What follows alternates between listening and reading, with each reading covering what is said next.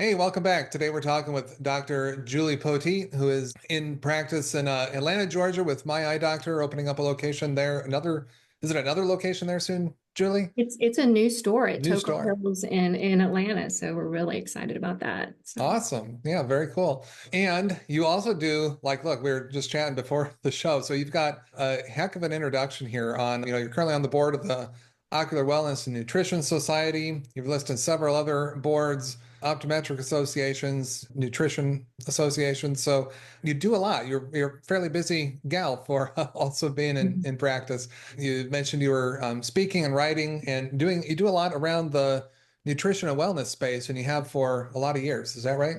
I have. I've been involved in nutrition and functional medicine for more than 20 years, and it is my passion. Prevention is my passion, and I truly believe that ODs are kind of perfectly poised to be on the forefront of this movement.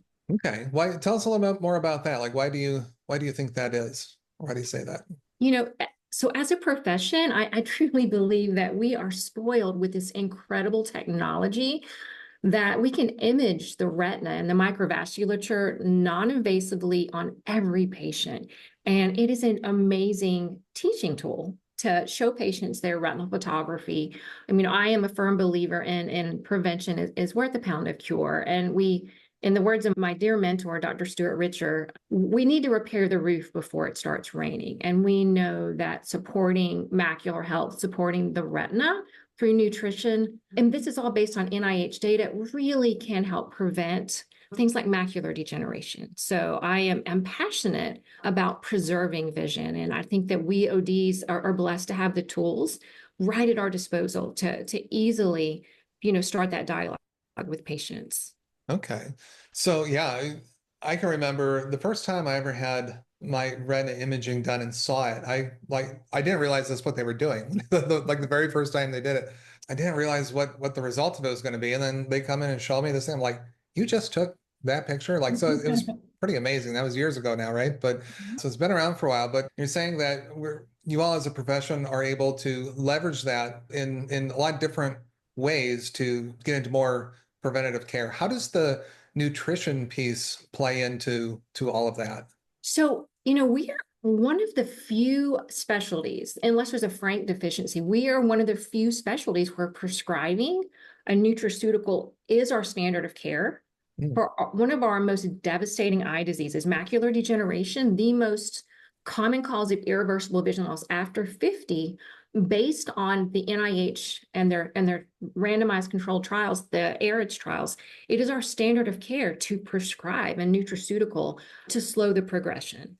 So again, that is one way that nutrition should be at the forefront. We know that supporting the macula, the central retina, supporting those levels of carotenoids in the macula can truly help preserve vision.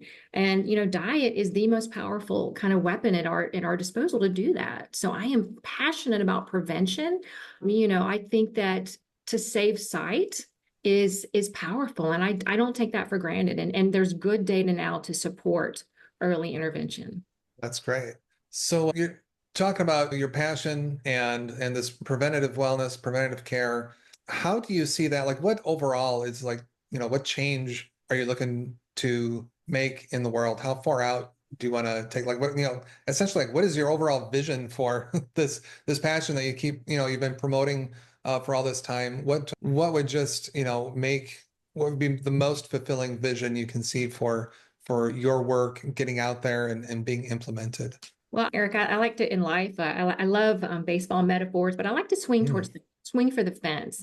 mhm, I became passionate about nutrition and functional medicine because of a tragedy with my child over mm. 21 years ago. And nutrition and functional medicine actually saved him. And that's why I went back to school and got more degrees in it. I look at our society today, I see a ton of pediatric patients in my practice. And I can tell you, I'm seeing things now that I used to not see: the rates of developmental disorders, the rates of issues with our children. I mean, our society, our kids are not well. We are not well. Our healthcare sick care system, when one out of every two American adults is pre-diabetic or diabetic, even our teens, one out of every four teenagers is pre-diabetic. 1 out of every 6 has fatty liver disease. And these are all statistics I got at the last American Nutrition Association's annual meeting. So we as a society are sick. So we have to make changes. We cannot sustain the path we're on. And I think that public health campaigns, how to eat, how to move our bodies, what to feed ourselves, we have to start somewhere. One of my favorite quotes is a Margaret Mead quote, and she said, "Never doubt that a small group of thoughtful, committed citizens can change the world. Indeed, it's the only thing that ever has."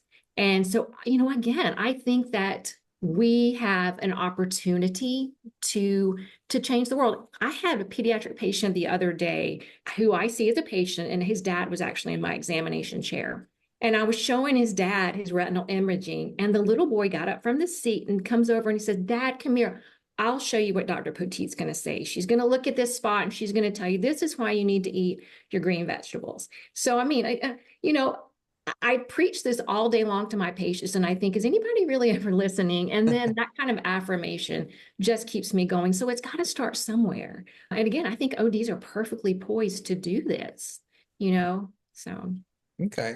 So how do ODs do this? I mean, as far as they're poised to do it, is it another level of like, is there another degree or certification they need, or can they start just having the discussions, reading the research, knowing the data, and having the discussions with their patients? There are wonderful webinars put on by the Ocular Wellness and Nutrition Society. It's a wonderful professional society to join. It's the professional society for ODs, OMDs, PhDs with an interest in nutrition. But, a lot of it is like dry eye, for example. Dry eye disease is so incredibly common now. And the TFOS, Dues to Report, linked poor diet as the second strongest contributor to our pandemic of dry eye disease. Dry eye disease is everywhere. It's affecting kids now when I used to never see it affect kids. So this nutrition discussion, it's not just about macular degeneration. It's not just about cataracts. It's about the most common thing we see, and that's dry eye issues. So there is a new product. It's an oral nutraceutical that is a blend of 4 ingredients that work synergistically to reduce dry eye symptoms, clinically proven. And again, it's an oral nutraceutical. So what we put in our mouths does affect the ocular surface, not just the retina. So I think every single one of us, anybody that's treating dry eyes, which is every single eye doctor, all of us should be having this discussion with our patients. All right. So when you think about your path, you've been in this for a long time. I think you said over 20 years, right? In this path and promoting this passion. What are some like the toughest challenges that you face in bringing that vision to a reality and in reaching the fence? So that's not part of the baseball analogy, but I'm going to say it anyways. But you know what I mean? Yeah. Like what are some challenges that you face that are holding that vision back? Changing mindsets. Nutrition is taught in less than 20% of medical schools. The tide is turning in America, though. Tufts just opened their first Food is Medicine Institute. I think that prevention and wellness are becoming more at the forefront, but just changing mindsets. I had a type 2 diabetic patient the other day, and I said, "What does your endocrinologist tell you about what to eat?" And he looked at me, he said, "Dr. Poteet, he just says if it tastes good, spit it out." And I Oh, think we can do better than this, and we have to do better than this. When I was in school, type 2 diabetes was called adult onset diabetes. It's no longer adult onset. One of the local children's hospitals in Atlanta just opened a type 2 diabetes clinic for kids. So it's something we're seeing in kids now. And we know that the longer someone has diabetes, the greater the risk of going blind from diabetic retinopathy. So again, just changing the mindsets and getting colleagues to say, "Hey, you know what? Diet is important." And I will not give up. Public health campaigns work, but we have to all get on the same page from across all the different specialties, endocrinology, eye care. I mean, we all just kind of have to get on the same page here and keep this continuous message. And I will not stop until there's real change going on. So. well, that quote you mentioned earlier about a small group of people making a big change is, I think, we almost, it's like, well, you almost have to attack it at that, like, that grassroots level that expands outwards and keeps growing, and then hope at some point you get more and more help from the top down because, in terms of, like you were talking about, public health campaigns, the government's regulations over the food. I mean, there's just like there's a whole bunch of things wrapped up in there when it Mhm. comes to like nutrition and the state of our food, and comparing like ingredient lists in our foods to those in other countries. And I'm not trying to make this political at all. I'm just saying, like, those are real things that are out there though, right? That are like real differences in our food supply that if we're putting a big focus on this until we get that help from the top down somewhere, whether it's at a state level or a local or wherever it comes from, right? That we need to learn like how to circumnavigate those issues that are very real and very out there. Like, do you agree with that, or do you have much insight into the state of the food supply? I've been honored to present on a panel at the American Society for Nutrition. And this is an organization that does a lot of good work in Washington, advocating for our food supply and just healthier eating. And this, along with the American Nutrition Association, both of these organizations are kind of at the forefront of this and do a lot of good work in Washington.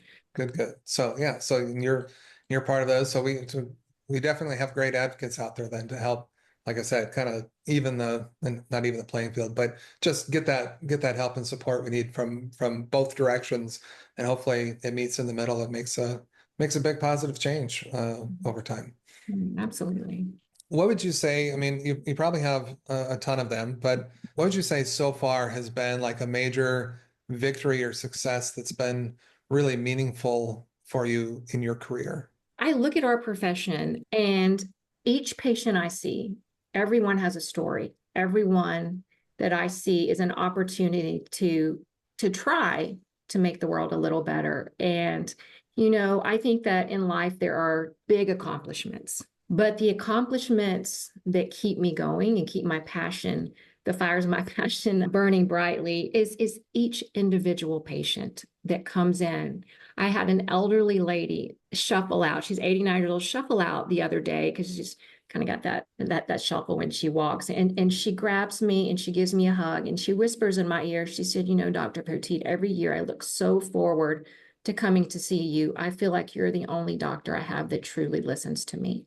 And just making a difference on an individual basis is huge. And it's just something I don't take for granted. It's the little kindnesses, the little interactions with patients that become the big things in my life. So That's awesome. That's amazing. So you're the collector of stories and making differences in many individuals' lives, and that for you, that adding those up into the whole, but recognizing that yeah, those are obviously real people, real experiences, and you're improving their experience with their healthcare, And and Eric, that's one thing I great. love about the profession of optometry is we all have this power and ability. I had a 51-year-old patient come to see me recently. She's a breast cancer survivor, Mm. recently divorced, just has been through a lot in the past 3 years.